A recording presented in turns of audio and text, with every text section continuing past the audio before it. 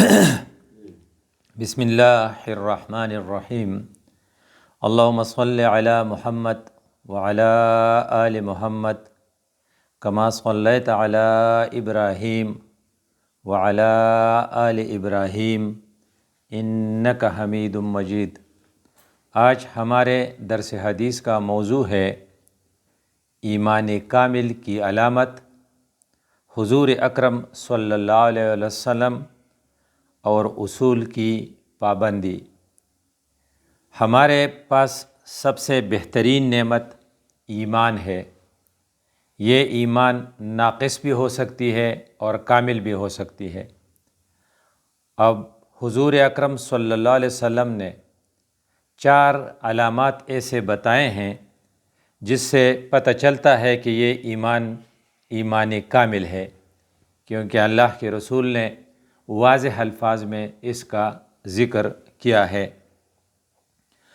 ایمان کامل ایک بہت بڑی نعمت ہے، اور اس حدیث کے الفاظ سے جو مفہوم سمجھ میں آتی ہے وہ یہ ہے کہ مومن کی زندگی کا مقصد اللہ کی رضا کا حصول ہے۔ اب اسے نہ تو ستائش کی تمنا ہوتی ہے اور نہ صلے کی پرواہ۔ وہ کسی سے جڑتا ہے تو ذاتی اغراض سے مجبور ہو کر نہیں، بلکہ اس لیے کہ اللہ کے دین کا مفاد اسی جڑنے سے وابستہ ہے۔ اور اگر وہ کسی سے کٹتا ہے تو اپنے وقار اور ذوق کی بنا پر نہیں، بلکہ محض اللہ کی رضا کے لیے وہ ایسا کرتا ہے۔ اگر وہ اپنی کمائی ہوئی دولت کو خرچ کرتا ہے تو اس میں بھی وہ اللہ کی رضا کو مقدم سمجھتا ہے۔ کتنا خرچ کیا، کہاں خرچ کیا، کب خرچ کرنا ہے، اس معاملے میں وہ اللہ کی قانون کی پابندی کرتا ہے، اور اس پابندی قانون میں اس کے اندر نمود و نمائش کا جذبہ نہیں ہوتا، بلکہ محض اللہ کی رضا اس کا مطمع نظر ہوتی ہے۔ اب اگر وہ کہیں پر خرچ نہیں کرتا، ایک پیسہ بھی خرچ نہیں کرتا، اس لیے کہ اسے اندیشہ ہے کہ اس خرچ کرنے سے اللہ ناراض ہو جائے گا۔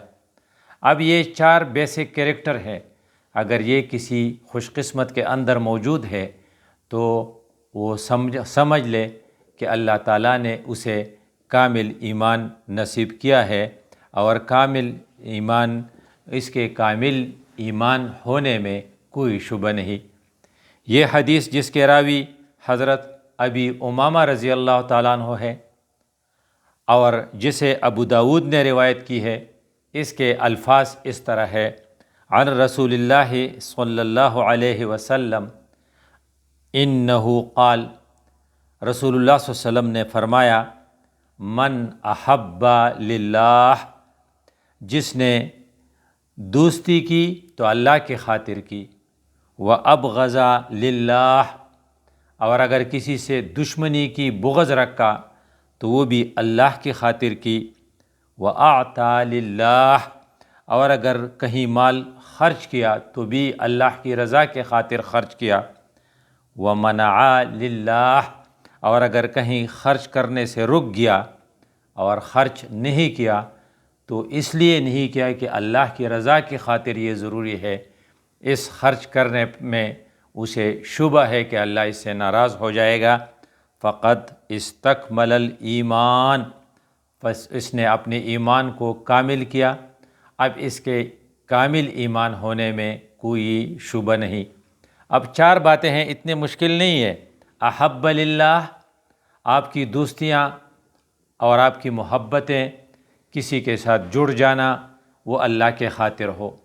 کسی ایسوسییشن کے اگر آپ ممبر ہیں اور ان کے رولز اینڈ ریگولیشنز کو فالو کرتے ہیں تو اس لیے کہ آپ کے ذہن میں یہ ہے کہ اس سے اللہ راضی ہو جائے گا۔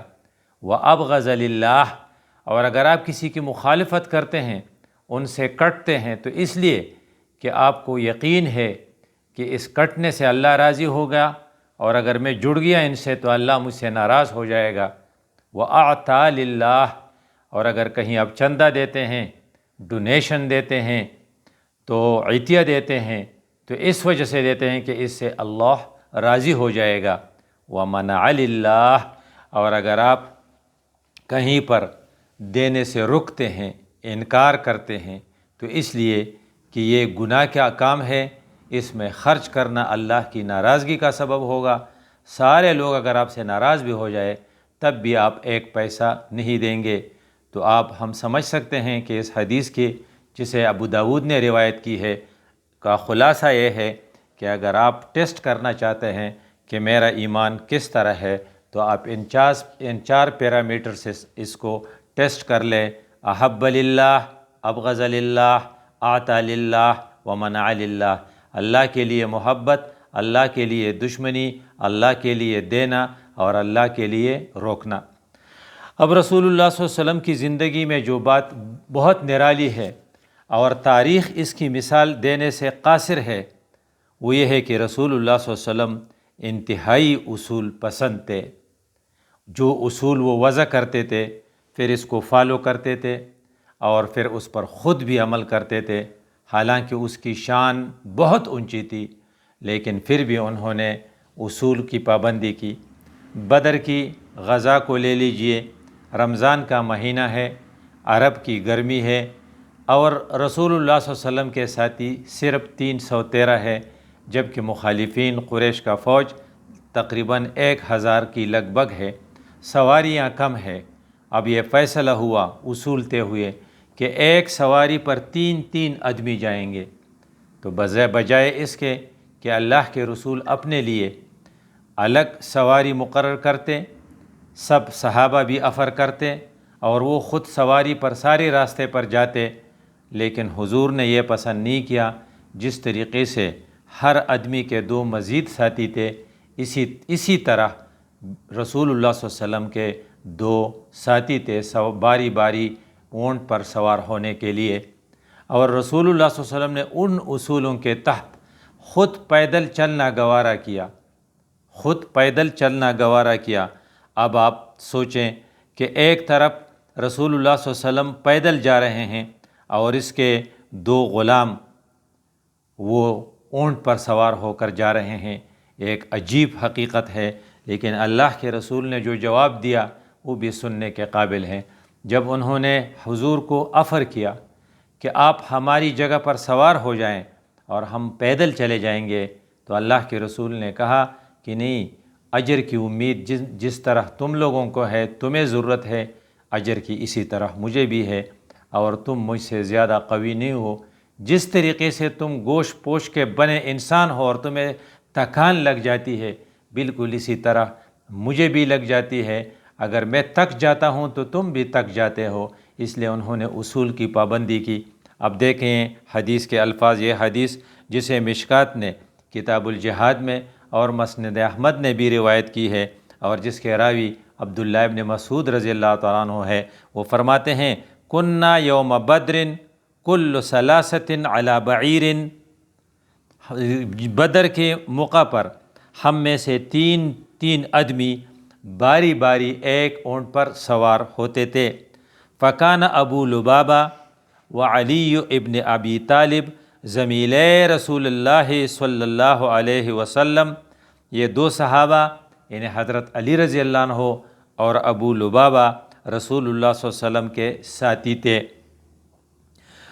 قال نحن نمشی عنک، اب دونوں نے افر کیا رسول اللہ صلی اللہ علیہ وسلم سے۔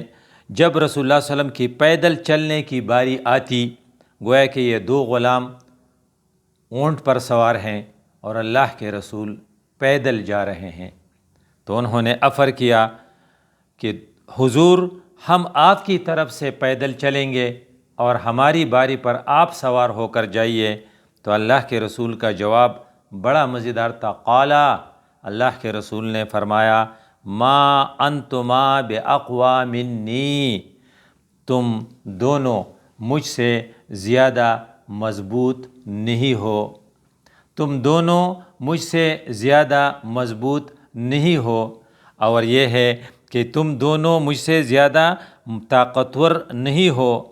وما انا باغنا عن الاجر منکما، اور نہ میں تمہارے مقابلے میں اجر سے زیادہ بے نیاز ہوں۔ یہ تواضع کی انتہا ہے۔ رحمت للعالمین جس کی وجہ سے یہ کائنات وجود میں آئے ہے، وہ خود کہتے ہیں کہ مجھے بھی اجر اور ثواب کی ضرورت ہے، اور تم مجھ سے زیادہ قوی نہیں ہو کہ تم پیدل جا سکتے اور میں نہیں جا سکتا۔ مدینہ سے بدر جاتے ہوئے رسول اللہ صلی اللہ علیہ وسلم کے پیدل چلنے کی باری آئی تو آپ کے دونوں ساتھیوں نے عرض کیا، حضور آپ کی بجائے ہم چلتے ہیں، آپ اونٹ پر سوار ہوں، لیکن سرکار صلی اللہ علیہ وسلم نے نہیں مانا۔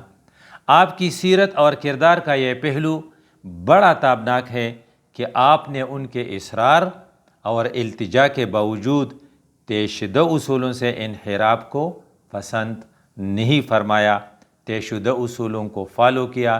یہ ان کی اصول پسندی کی انتہا تھی۔ انسانی تاریخ کا یہ انوکھا منظر فی الواقع حیرت انگیز ہے کہ سرور عالم صلی اللہ علیہ وسلم پیدل چل رہے ہیں اور آپ کے غلام اونٹ پر سوار ہے۔ اقول قولی ھذا استغفر اللہ لی ولکم ولسائر المسلمین۔